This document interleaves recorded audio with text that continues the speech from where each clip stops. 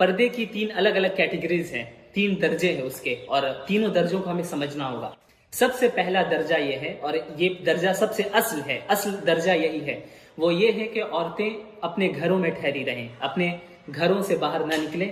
اور گھر میں اس اعتبار سے ٹھہری رہیں کہ باہر کا کوئی بھی شخص، کوئی بھی مرد، کوئی بھی غیر محرم ان کے جسم کے کسی بھی حصے کو نہ دیکھ سکے۔ اس کے تعلق سے قرآن میں اللہ تعالیٰ نے سورۃ الاحزاب آیت نمبر 33 میں ذکر کیا، وَقَرْنَ فِي بُيُوتِكُنَّ، یہ ازواج مطہرات سے اللہ کے نبی صلی اللہ علیہ وسلم کی وائفز سے یہ ذکر کیا گیا، انہیں یہ حکم دیا گیا کہ وہ اپنی گھروں میں ٹھہری رہیں۔ اور ظاہر سی بات ہے یہ حکم ان کے ساتھ خاص نہیں ہے، اس کی وجہ یہ ہے کہ اس آیت سے پہلے بھی جو احکامات ذکر کیے گئے ہیں اور جو احکامات اس آیت کے بعد ذکر کیے گئے ہیں، تمام احکامات میں ازواج مطہرات کے ساتھ ساتھ امہات المؤمنین کے ساتھ ساتھ مسلمانوں کی تمام عورتیں بھی شامل ہیں، لہٰذا سب سے پہلا درجہ یہ ہے کہ وہ اپنے گھروں میں ٹھہرے رہیں۔ ایسی دوسری دلیل اس کے تعلق سے یہ ہے کہ صحابہ کرام کو کہا گیا وَإِذَا سَأَلْتُمُوهُنَّ مَتَاعًا فَاسْأَلُوهُنَّ مِنْ وَرَاءِ حِجَابٍ، یہ سورۃ الاحزاب کی ہی آیت ہے، آیت نمبر 53، جس میں صحابہ کرام کو یہ کہا گیا کہ جب تم ازواج مطہرات سے کوئی چیز مانگو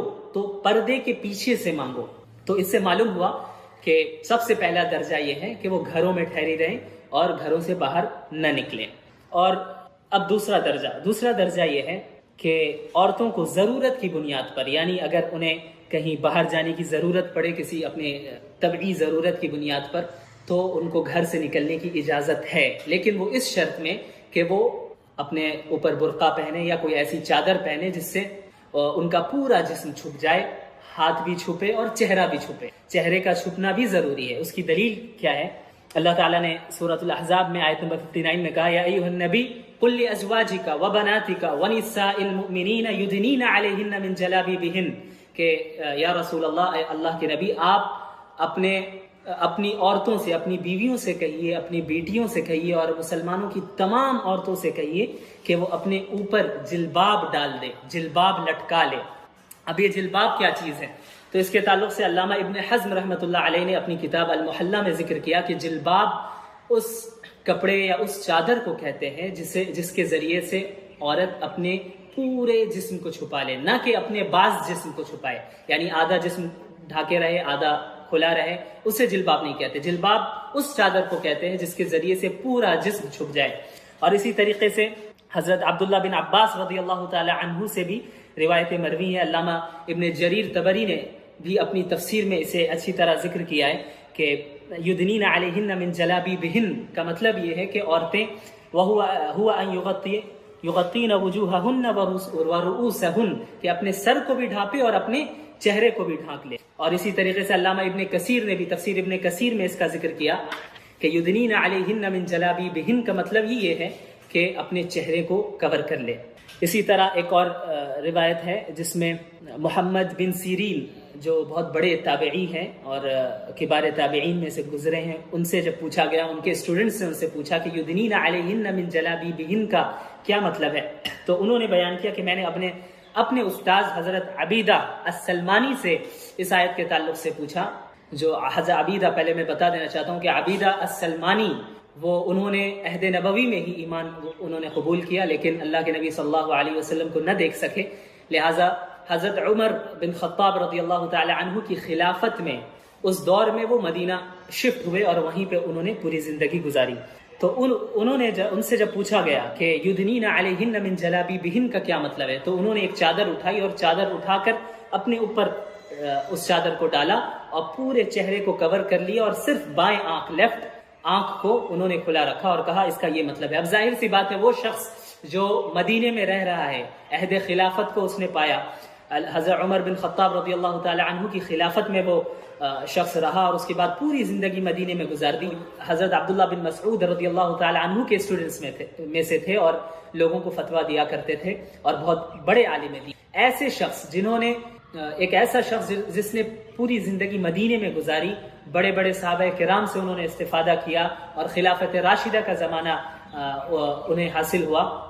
ایسا شخص جب اس آیت کی اس طرح تفسیر کر رہا ہے تو ظاہر سی بات ہے وہ وہی بات بتائے گا جو اس وقت مدینے میں رائج تھی، جو صحابہ کرام جس پر عمل کرتے تھے، جو اسلامی معاشرے نے جس کو قبول کیا تھا۔ اس بات کو سمجھنے کی ضرورت ہے۔ اور ایسی کئی روایتیں حضرت عبداللہ بن عباس رضی اللہ تعالیٰ عنہ کی ایک روایت ابن جریر طبری نے ذکر کی ہے، جس میں انہوں نے فرمایا کہ جب عورتیں کسی ضرورت کی بنیاد پر اپنے گھروں سے نکلے تو انہیں چاہیے کہ وہ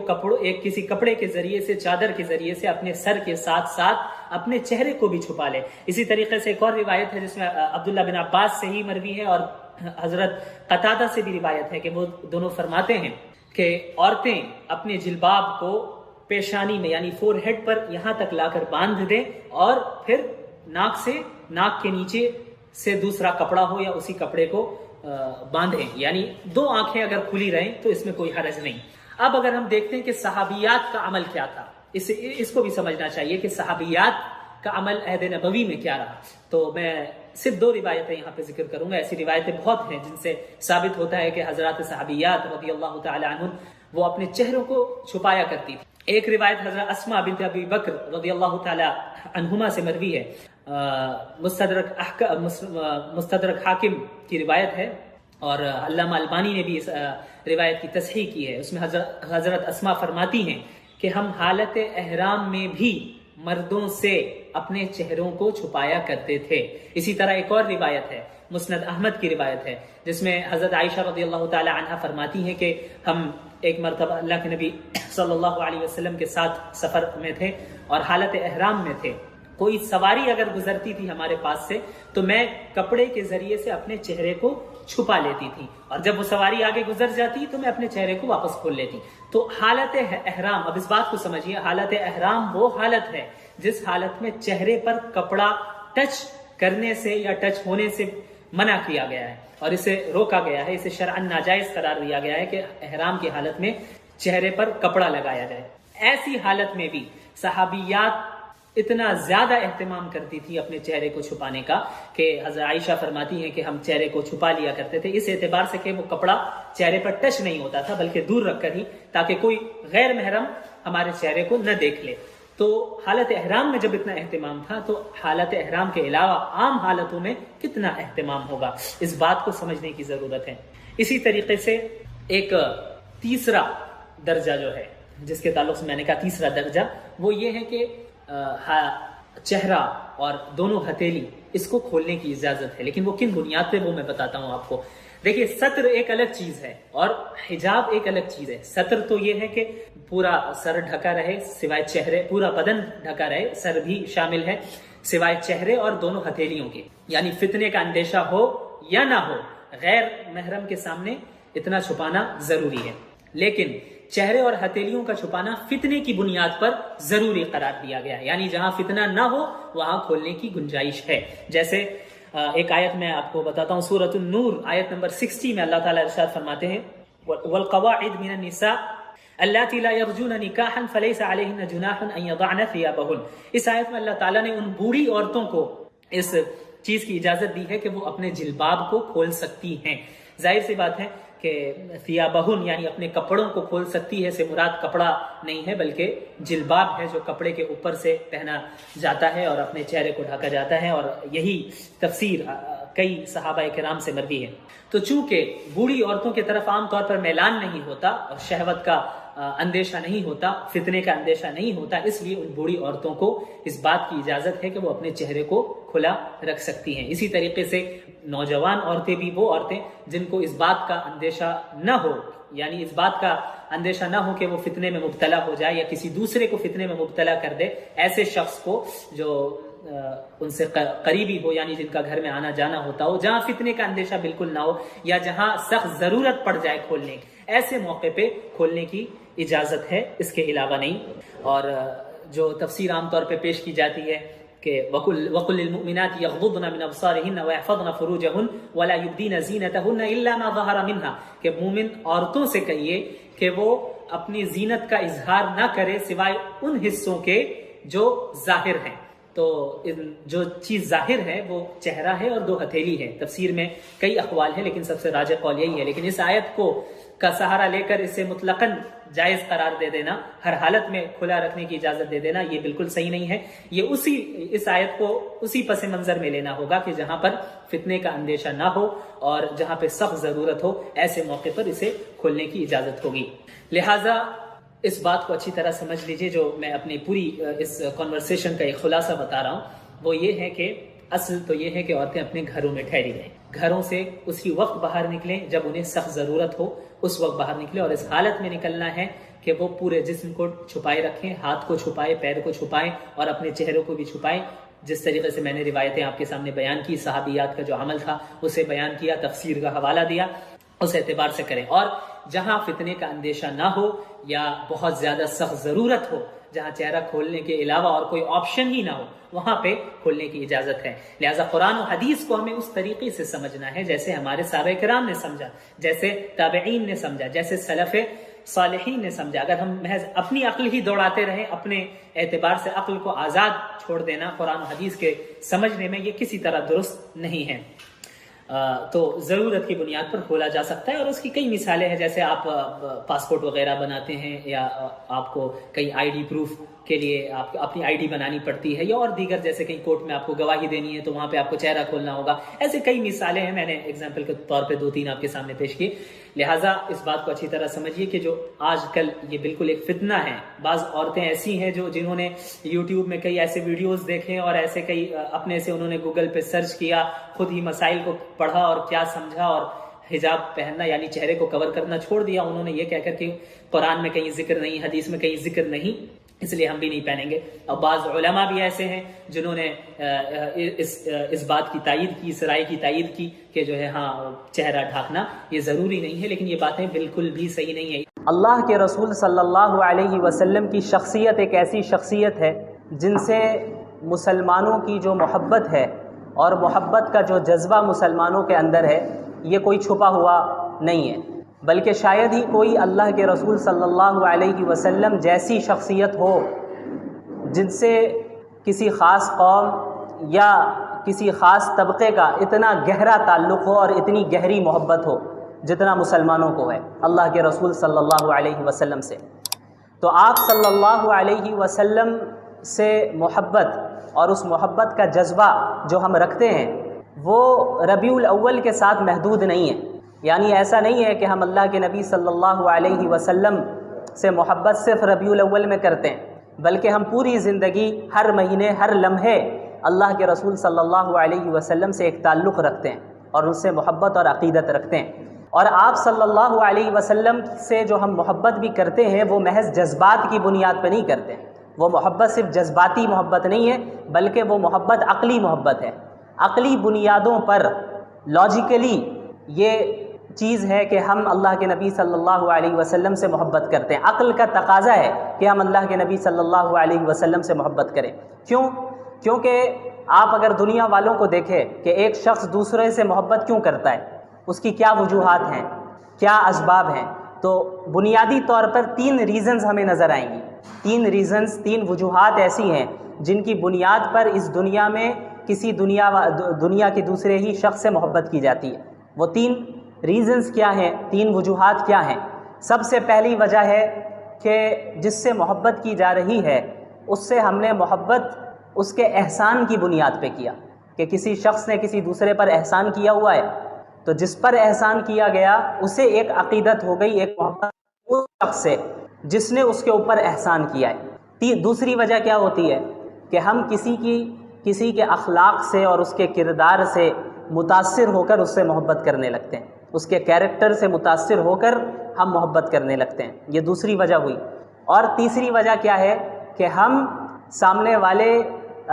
کی خوبصورتی کو دیکھ کر اس سے محبت کرنے لگتے ہیں۔ یہ 3 بنیادی وجوہات ہیں کہ اس دنیا میں ان وجوہات میں سے کسی ایک وجہ سے یا زیادہ سے زیادہ 2 وجہ سے، بہت کم ایسے سچویشنز ہیں جہاں پر تینوں وجہ پائی جائے اور اس سے انسان محبت کرتا ہے۔ تو اب ہم ان تینوں چیزوں کو رسول اللہ صلی اللہ علیہ وسلم کی زندگی میں دیکھتے ہیں، اور جب ہم اللہ کے نبی صلی اللہ علیہ وسلم کی زندگی کا مطالعہ کرتے ہیں اور ان کی شخصیت کو دیکھتے ہیں اور جانتے ہیں تو ہمیں معلوم چلتا ہے کہ رسول اللہ صلی اللہ علیہ وسلم کی ذات میں یہ تینوں چیزیں بیک وقت موجود ہیں، ایٹ اے ٹائم یہ تینوں ریزنز موجود ہیں اور بدرجہ اتم موجود ہیں۔ مثال کے طور پر سب سے پہلی جو ریزن ہم نے بتائی وہ ہے احسان۔ کوئی کسی پر احسان کرے تو ہمیں اس سے محبت ہوتی ہے۔ اب آپ مجھے یہ بتائیں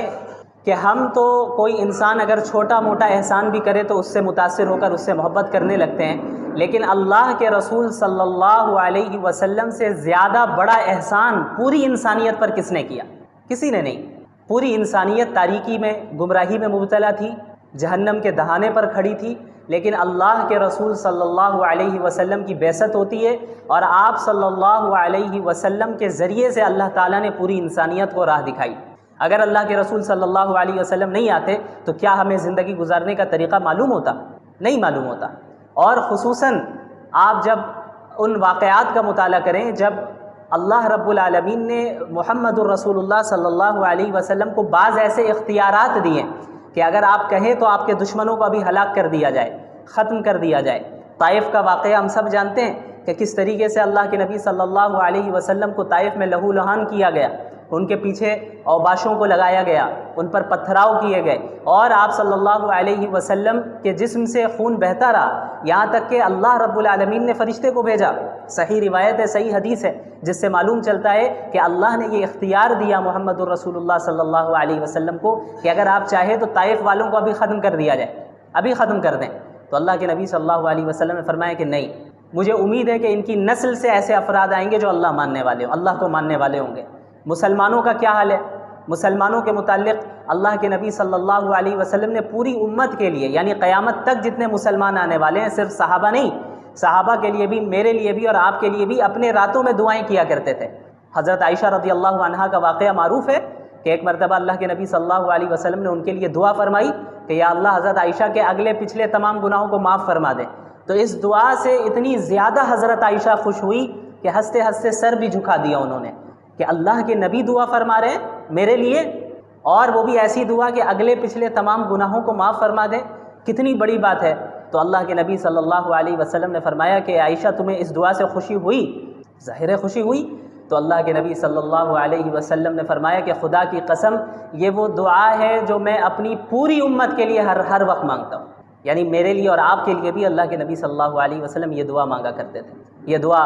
آپ صلی اللہ علیہ وسلم اللہ رب العالمین سے مانگا کرتے تھے۔ ہم لوگوں پر کتنے احسانات اللہ رب العالمین نے اللہ کے نبی صلی اللہ علیہ وسلم کے ذریعے کروائے۔ اب آپ ایک جو اللہ کے نبی صلی اللہ علیہ وسلم نے کیا فرمایا، ایک صحیح روایت میں ہے کہ ہر نبی کو ایک دعا دی گئی، ایسی دعا جسے اللہ کبھی ریجیکٹ نہیں کرے گا۔ یعنی انبیاء کی دعا تو ایسی قابل قبول ہوتی ہے، لیکن اللہ رب العالمین اس بات کا پابند نہیں ہے کہ وہ نبی کی ہر دعا کو قبول کر لے۔ اللہ کرے گا، اپنے فضل سے کرے گا، اللہ تو کسی کا پابند نہیں ہے، لیکن اللہ رب العالمین نے ہر نبی کو ایک ایسی دعا دی ہے جس کے متعلق اللہ نے خود فرمایا کہ یہ ایک ایسی دعا ہوگی جسے میں ریجیکٹ نہیں کروں گا۔ تو انبیاء نے، پچھلے انبیاء نے ان دعاؤں کا استعمال کیا۔ حضرت نوح علیہ السلام نے بھی اور دیگر انبیاء نے بھی۔ حضرت نوح علیہ السلام 950 سال تک انہوں نے اپنی قوم میں دعوت کا کام کیا، لوگوں کو اسلام کی طرف بلایا، لیکن ماننے والے بہت تھوڑے رہے۔ ہر طرح سے کوشش کی، لیکن نہ ماننے والے جو تھے انہوں نے ہر طرح سے انہیں تکلیف پہنچائی۔ آخر کار اللہ حضرت نوح نے دعا کی کہ اللہ اب انہیں ہلاک کر دیں، اب انہیں ختم کر دیں، اور پھر اللہ رب العالمین نے انہیں ہلاک کیا، کیونکہ ایک ایسی دعا انبیاء کو ملی جو کبھی ریجیکٹ نہیں ہوتی۔ اللہ کے نبی محمد الرسول اللہ صلی اللہ علیہ وسلم نے کیا فرمایا کہ اس دعا کو میں نے ابھی تک اس دنیا میں استعمال نہیں کیا ہے، اس آپشن کو میں نے ابھی تک استعمال نہیں کیا، حدیث کا مفہوم ہے، اس کو میں نے قیامت کے دن کے لیے رکھا ہے کہ میں اس دن اپنی امت کے لیے سفارش کروں گا۔ یا اللہ آپ نے مجھے ایک دعا دی ہے، ایک ایسا موقع دیا ہے کہ جس کو آپ کبھی ریجیکٹ نہیں کریں گے۔ یہ اس کو حالانکہ اللہ کے نبی صلی اللہ علیہ وسلم سے زیادہ کسی نبی کو تکلیف نہیں پہنچائی گئی، جتنے انبیاء آئے سب سے زیادہ تکلیف اگر کسی کو پہنچائی گئی ہے تو وہ محمد الرسول اللہ صلی اللہ علیہ وسلم، سب سے زیادہ تکلیف ہر اعتبار سے۔ تو اللہ کے نبی صلی اللہ علیہ وسلم چاہتے تو دنیا ہی میں اس کا استعمال کر لیتے۔ یہ دعا بھی مانگی جا سکتی تھی کہ یا اللہ معاملہ آسان فرما دے اور کوئی میری مخالفت نہ کرے، معاملہ آسان فرما دے، مجھے تکلیف نہ دی جائے، میرے گھر والوں کو شہید کیا جا رہا ہے، تکلیف پہنچائی جا رہی ہے، صحابہ کو شہید کیا جا رہا ہے، یہ نہ ہو، یہ بھی مانگی جا سکتی تھی یہ دعا۔ لیکن اللہ کے نبی صلی اللہ علیہ وسلم نے اس آپشن کو محفوظ رکھا، بچا کے رکھا کہ قیامت کے دن پوری امت کے لیے سفارش کروں گا کہ آپ نے جو یا اللہ آپشن دیا تھا، اختیار دیا تھا، وہ میں آج اختیار کرتا ہوں، اور میری امت کو جو ہے اپنے فضل سے اس کی مغفرت فرما دے۔ تو یہ اس سے بڑا احسان پوری انسانیت پر کیا ہو سکتا ہے؟ اس سے بڑا احسان کوئی ہو سکتا ہے؟ آپ صلی اللہ علیہ وسلم نے فرمایا کہ میری اور تمہاری مثال اس شخص کی طرح ہے جو ایک آگ جلائے اور آگ پر پروانے گر رہے ہو. جو کیڑے آتے ہیں پروانے گرتے ہیں روشنی کی طرف جاتے ہیں آگ کی طرف, ان پروانوں کو تو نہیں معلوم کہ یہ آگ ہے, وہ قریب جائیں گے جل جائیں گے, وہ تو صرف روشنی دیکھ کے قریب جا رہے ہیں, اور وہ شخص ان پروانوں کو آگ سے دور کرتا رہتا ہے, زبردستی ہٹاتا ہے. اللہ کے نبی صلی اللہ علیہ وسلم نے فرمایا کہ میری اور تمہاری مثال بھی یہی ہے کہ تم جہنم میں کودے جا رہے ہو اور میں تمہاری کمر سے پکڑ کر تمہیں جہنم سے دور کر رہا ہوں, کہ تمہیں تو وہ روشنی نظر آ رہی ہے, تمہیں وہ جو دنیا کی چمک دمک ہے, جو زیب و زینت ہے, وہ تمہیں اٹریکٹ کر رہی ہے, تم اس کے قریب جا رہے ہو, لیکن اس کا نقصان کیا ہونے والا ہے تم ابھی نہیں جان رہے. وہ اسی شخص کی طرح, اسی پروانے کی طرح ہے جو روشنی دیکھ کر آگ پر کی طرف جاتا ہے, لیکن جب آگ میں گر جائے تب پتہ چلتا ہے کہ یہ تو آگ ہے, جل کر ختم ہو گئے. ایک بچہ اگر کہیں چھت میں ہو اور وہ کنارے کی طرف جائے تو ماں باپ فوراً اسے روکتے ہیں اسے. اس بچے کو اتنا, ابھی اگر 2-3 سال کا بچہ ہو تو اس کو اتنا کانشیس تو نہیں ہوتا ہے اس کے پاس کہ وہ ہر چیز کو سمجھ سکے. وہ کنارے پہ بھی جاتا ہے, ہو سکتا ہے کچھ ایسی حرکت کر لے کہ گر جائے, لیکن ماں باپ کیا ہوتے ہیں زبردستی کھینچ کر اسے کونے سے لائیں گے بیچ میں, اور اس کھینچنے میں ہو سکتا ہے وہ بچہ گرے بھی, اسے خراش بھی آ جائے,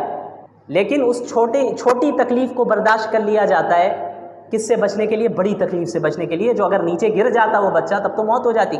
اسی طرح اللہ کے رسول صلی اللہ علیہ وسلم پوری انسانیت کو, جہنم کے دہانے پہ جو انسانیت کھڑی ہے اور بس گرنے ہی والی ہے, اس کو انسانوں کو کمر سے پکڑ کر دور کر رہے ہیں, انہیں بچا رہے ہیں کہ بھئی کہاں جا رہے ہو, کیا کر رہے ہو, کس چیز سے اٹریکٹ ہو رہے ہو, تم اپنا نقصان کیوں کر رہے ہو, یہ بڑا نقصان ہے. اسی لیے اب اسلامی احکامات بعض ایسے ہوتے ہیں جو ہو سکتا ہے ہمیں اپنی خواہش کو دبانا ہو اور اسلامی حکم کو فالو کرنا پڑے, کچھ تکلیف ہو ظاہری طور پہ, تو یہ اس تکلیف کی وہی حیثیت ہے جو ماں باپ جب اس بچے کو کھینچ رہے ہیں تو کھینچتے وقت جو ہاتھ میں خراش آ جائے. تو اب آپ بتائیں, ہاتھ میں خراش آ گئی, تکلیف لگی, تو کیا ماں باپ ظالم ہو گئے؟ ظالم تو نہیں ہوئے, بلکہ محسن ہوئے. کیوں؟ کیونکہ آگے جو بڑی تکلیف تھی اس کے مقابلے میں یہ خراش آنا کوئی بڑی بات نہیں ہے, معمولی بات ہے. اسی طرح جہنم کی آگ میں جلنا اور اس میں جانا یہ اتنی بڑی تکلیف ہے اور اتنی بڑی مصیبت ہے کہ اگر اس سے بچنے کے لیے دنیا میں چند تکلیفوں کو برداشت کرنا پڑ رہا ہے تو اس کی کوئی حیثیت نہیں ہے اس تکلیف کے سامنے. تو اللہ کے نبی صلی اللہ علیہ وسلم نے پوری زندگی انسانیت کو جہنم کی آگ سے بچانے میں صرف کیا, اور اس طرح آپ صلی اللہ علیہ وسلم مصروف رہے اور اتنے متفکر رہتے کہ قرآنی آیتیں نازل ہوئی کہ لعلک باخع نفسک علی آثارہم ان لم یؤمنوا بہذا الحدیث اسفا. آپ اتنے متفکر ہیں, اتنے پریشان ہیں کہ کیا اگر یہ ایمان نہیں لائیں گے تو آپ اپنے آپ کو فکر میں ہلاک کر دیں گے. یعنی آپ اتنے زیادہ فکر میں مبتلا رہتے, اتنے متفکر رہتے کہ کیسے لوگ اسلام قبول کریں, کیونکہ حق تو یہی ہے, اس کے بغیر اگر موت آ گئی تو پھر جہنم ہے, کوئی اور آپشن نہیں ہے ان کے پاس. تو اللہ کے نبی صلی اللہ علیہ وسلم اس فکر میں گھلتے رہتے کہ کس طریقے سے میں پیغام پہنچا دوں, کس طریقے سے لوگ اسلام میں داخل ہوں, اور اتنے زیادہ متفکر ہوئے کہ اللہ کو یہ آیت اللہ نے نازل فرمائی کہ آپ کیا اپنے آپ کو فکر میں مبتلا کر کے ہلاک کر دیں گے. آپ نے تبلیغ کر دی, آپ نے بات پہنچا دی, بس آپ متفکر نہ ہو, ایمان لانا نہیں لانا ان کا کام ہے, ان کے اعمال اور عقائد کی بنیاد پہ ان کے ساتھ فیصلہ کیا جائے گا. تو ایک ایسے نبی جنہوں نے پوری انسانیت کی اپنے سے زیادہ اور اپنے گھر والوں سے زیادہ فکر کی, کیا اس سے بڑا احسان کوئی ہو سکتا ہے؟ تو اگر دنیا میں ہم کسی سے احسان کی بنیاد پر محبت کرتے ہیں تو رسول اللہ صلی اللہ علیہ وسلم کی ذات اس بات کی زیادہ مستحق ہے کہ ہم احسان کی بنیاد پہ ان سے محبت کریں. یہ ایک پہلی وجہ ہے. دوسری وجہ, کسی کے اخلاق سے متاثر ہو کر, کسی کے کیریکٹر سے متاثر ہو کر ہم اس سے محبت کرتے ہیں. اب آئیے اس چیز کو بھی اللہ کے نبی صلی اللہ علیہ وسلم کی زندگی میں دیکھ لیں. آپ صلی اللہ علیہ وسلم کے متعلق صحابہ نے کیا فرمایا کہ آپ صلی اللہ علیہ وسلم لوگوں میں سب سے بہترین اخلاق والے تھے, ان سے زیادہ بہتر اخلاق والا کوئی نہیں تھا. حضرت انس رضی اللہ عنہ تقریباً 9-10 سال تک جو ہے انہوں نے آپ صلی اللہ علیہ وسلم کی خدمت میں وہ رہے, آپ کی خدمت کی. وہ فرماتے ہیں کہ اس پوری مدت میں کبھی ایسا نہیں ہوا کہ آپ صلی اللہ علیہ وسلم نے مجھ سے اف تک کہا ہو. ہمارے یہاں کوئی کام کر رہا ہو, کوئی ہمارے گھر کا خادم ہو, تو ہمارا کیا سلوک رہتا ہے؟ اگر اس سے غلطی سے کوئی چیز گھر میں ٹوٹ جائے تو ہم تو قیامت کھڑی کر دیتے ہیں, سیلری کاٹ دیتے ہیں اور یہ کر لیتے ہیں وہ کر لیتے ہیں, مختلف طریقے اختیار کرتے ہیں. آپ صلی اللہ علیہ وسلم کے متعلق حضرت انس فرما رہے ہیں کہ کسی چیز میں ڈانٹنا تو دور کی بات, اف تک نہیں کہا, اور یہ بھی نہیں کہا کہ فلاں کام میں نے کرنے کو کہا تھا تم نے کیوں نہیں کیا، یا فلاں کام تم نے کیوں کر دیا میں نے تو اس سے منع کیا تھا، یہ بھی نہیں کہا۔ اس طرح آپ صلی اللہ علیہ وسلم کے اخلاق تھے۔ یہی اخلاق گھر والوں کے ساتھ بھی، ایسا نہیں کہ صرف باہر۔ عموماً ہمارے ساتھ کیا ہوتا ہے کہ ہم باہر کے لوگوں کے ساتھ اچھے سے سلوک کرتے ہیں، گھر میں جو ہے ہمارے معاملات اچھے نہیں رہتے۔ اللہ کے نبی صلی اللہ علیہ وسلم نے کیا فرمایا؟ خیرکم خیرکم لأہلہ وانا خیرکم لأہلی۔ تم میں سب سے بہترین شخص وہ ہے جو اپنے گھر والوں کے ساتھ اچھا سلوک کرے، اپنی گھر والی کے ساتھ اچھا سلوک کرے، اور تم میں سب سے زیادہ اپنی گھر والی کے ساتھ اچھا سلوک کرنے والا میں ہوں۔ یعنی میری اتباع کرو اس چیز میں بھی کہ اپنے گھر والوں کے ساتھ بھی حسن سلوک، ان کے ساتھ بھی بد اخلاقی کے ساتھ پیش نہیں آنا۔ حضرت عائشہ رضی اللہ عنہا سے مروی ہے غالباً کہ صحیح روایت ہے کہ اللہ کے رسول صلی اللہ علیہ وسلم کے متعلق فرمایا گیا کہ ما ضرب رسول اللہ صلی اللہ علیہ وسلم خادما له ولا امرأة ولا ضرب بيده شيئا، کہ آپ صلی اللہ علیہ وسلم نے پوری زندگی میں نہ کسی اپنے خادم پر ہاتھ اٹھایا، نہ کسی عورت پر ہاتھ اٹھایا، اور انسانوں کو مارنا تو ہاتھ اٹھانا تو دور کی بات، کسی چیز کو بھی ہاتھ سے نہیں مارا۔ اب ہمارے یہاں کیا ہوتا ہے، ہمیں غصہ آ جائے تو ہم کیا کرتے ہیں کہ چیزوں کو اٹھا پٹک کرنا شروع کر دیتے ہیں۔ اللہ کے رسول صلی اللہ علیہ وسلم کے متعلق فرمایا جا رہا ہے کہ کسی عورت کو مارنا، کسی انسان کو مارنا یہ تو ہوا ہی نہیں، اور یہ تو دور کی بات، آپ نے کسی چیز کو بھی ہاتھ سے بھی دھکا نہیں دیا کہ دھکا دے کر یا کسی چیز کو مارا ہو، ہاتھ سے ایسا نہیں کیا۔ یہ آپ صلی اللہ علیہ وسلم کے اخلاق تھے۔ اور آپ صلی اللہ علیہ وسلم کا جو کردار اور مختلف جو انسان کے کردار کے اندر جو خصوصیات ہوتی ہیں، شجاعت ہے اور دوسری چیزیں ہیں، سخاوت ہے، یہ ساری چیزیں آپ صلی اللہ علیہ وسلم کی تھیں۔ آپ صلی اللہ علیہ وسلم سے زیادہ سخی بھی کوئی نہیں تھا، جو ہوتا اس کو بھی صدقہ کرتے، اور آپ صلی اللہ علیہ وسلم سے زیادہ بہادر بھی کوئی نہیں تھا۔ حضرت علی رضی اللہ عنہ فرماتے ہیں کہ دوران جنگ بھی جب کبھی صورتحال ایسی ہو جاتی کہ بہت شدید جنگ شروع ہو گئی ہے، زبردست، دونوں طرف سے ایک دم زبردست جنگ شروع ہو گئی اور حالات بہت سنگین ہو گئے، تو حضرت علی فرماتے ہیں رضی اللہ عنہ کہ ہم اللہ کے نبی صلی اللہ علیہ وسلم کی آڑ میں رہا کرتے، یعنی آپ سب سے آگے رہتے، صحابہ آپ صلی اللہ علیہ وسلم کے پیچھے رہتے اور بچاؤ کرتے۔ تو یہ آپ صلی اللہ علیہ وسلم کی بہادری بھی ہے، جو لیڈرشپ کی جو خصوصیات ہے، لیڈر ہونے کی، اور کیریکٹر کی جو دیگر خصوصیات ہیں۔ ایک انسان کا ہم جو کہتے ہیں کہ کیریکٹر یہ بہت ہی درست ہے، بہت اچھا ہے، اس کے اخلاق بہت اچھے ہیں، وہ ساری چیزیں بیک وقت بدرجہ کمال آپ صلی اللہ علیہ وسلم کے اندر موجود تھی۔ تو اگر ہم کسی سے اس دنیا میں اچھے کیریکٹر اور اچھے اخلاق کی بنیاد پر محبت کرتے ہیں تو عقل کا یہ تقاضا ہے کہ اللہ کے نبی صلی اللہ علیہ وسلم کی ذات اس بات کی زیادہ مستحق ہے کہ اچھے اخلاق اور اچھے کیریکٹر کی بنیاد پر ان سے محبت کی جائے۔ تیسری چیز کیا ہے؟ خوبصورتی۔ کسی کی خوبصورتی کو دیکھ کر ہم متاثر ہو گئے، کسی کی کوئی زیادہ خوبصورت ہے تو ہم اس سے محبت کرنے لگ گئے، دنیا میں ایسا ہوتا ہے۔ تو اب اس چیز کو اللہ کے نبی صلی اللہ علیہ وسلم کی زندگی میں اگر ہم دیکھیں اور آپ صلی اللہ علیہ وسلم کی ذات کو دیکھیں تو ہمیں پتہ چلتا ہے کہ آپ صلی اللہ علیہ وسلم سے زیادہ خوبصورت بھی کوئی نہیں تھا۔ صحابہ نے جہاں یہ فرمایا کہ آپ صلی اللہ علیہ وسلم سے زیادہ با اخلاق کوئی نہیں تھا، وہیں یہ بھی فرمایا کہ آپ صلی اللہ علیہ وسلم سے زیادہ خوبصورت بھی کوئی نہیں تھا۔ ایک مرتبہ رات کے وقت اللہ کے نبی صلی اللہ علیہ وسلم رات کے وقت باہر تشریف لاتے ہیں تو ایک صحابی فرماتے ہیں کہ میں آپ کو دیکھ رہا ہوں اور چاند کو دیکھ رہا ہوں، آپ کو دیکھ رہا ہوں اور چاند کو دیکھ رہا ہوں کہ کون زیادہ خوبصورت ہے۔ تو اس سے آپ اندازہ لگائیں کہ اللہ کے نبی صلی اللہ علیہ وسلم کتنے زیادہ خوبصورت تھے۔ اور بعض اسلامی شعراء نے یہ اشعار بھی گئے کہ وَأَحْسَنَ مِنْكَ لَمْ تَرَ قَطُّ عَيْنِي وَأَجْمَلَ مِنْكَ لَمْ تَلِدِ النِّسَاءُ خُلِقْتَ مُبَرَّأً مِنْ كُلِّ عَيْبٍ كَأَنَّكَ قَدْ خُلِقْتَ كَمَا تَشَاءُ، کہ آپ سے زیادہ خوبصورت میری آنکھوں نے کسی اور کو دیکھا ہی نہیں۔ وَأَحْسَنَ مِنْكَ لَمْ تَلِدِ النِّسَاءُ، اور آپ سے زیادہ خوبصورت کسی عورت نے آج تک جنا نہیں۔ اس طرح شخص اتنا خوبصورت کوئی پیدا ہوا ہے۔ وَأَجْمَلَ مِنْكَ لَمْ تَلِدِ النِّسَاءُ خُلِقْتَ مُبَرَّأً مِنْ كُلِّ عَيْبٍ، آپ اس طرح پیدا کیے گئے ہیں، اس طرح آپ کو اللہ نے بنایا ہے کہ گویا کوئی آپ کے اندر کوئی عیب ہے ہی نہیں، آپ بغیر کسی عیب کے پیدا کیے گئے۔ كَأَنَّكَ قَدْ خُلِقْتَ كَمَا تَشَاءُ، گویا کہ ایسا محسوس ہوتا ہے کہ گویا آپ کو اس طرح بنایا گیا ہے جس طرح آپ خود چاہتے ہیں۔ یعنی اگر ایک انسان کو خود اختیار مل جائے کہ بھئی تمہارا جسم اور تمہاری خوبصورتی ویسی رہے گی جیسا تم چاہتے ہو، تو ایک انسان کیا کرے گا؟ ہر عیب کو اپنے آپ سے دور کرے گا اور چاہے گا کہ ہم سب سے خوبصورت ہو۔ تو اللہ کے نبی صلی اللہ علیہ وسلم کی جسمانی خوبصورتی بھی اتنی زیادہ تھی کہ شاعر کہہ رہا ہے، اسلامی شاعر ہے، وہ کہتے ہیں کہ آپ اس طرح اتنے بے عیب جسمانی اعتبار سے پیدا کیے گئے ہیں کہ گویا آپ اپنے اختیار سے پیدا کیے گئے، جس طرح آپ کو بننا تھا ویسا آپ کو بنا دیا گیا۔ تو یہ آپ صلی اللہ علیہ وسلم کی خوبصورتی ہے۔ تو اگر دنیا میں خوبصورتی کی بنیاد پہ محبت کی جاتی ہے تو عقل کا تقاضا یہ ہے کہ رسول اللہ صلی اللہ علیہ وسلم سے خوبصورتی کی بنیاد پہ زیادہ محبت کی جائے۔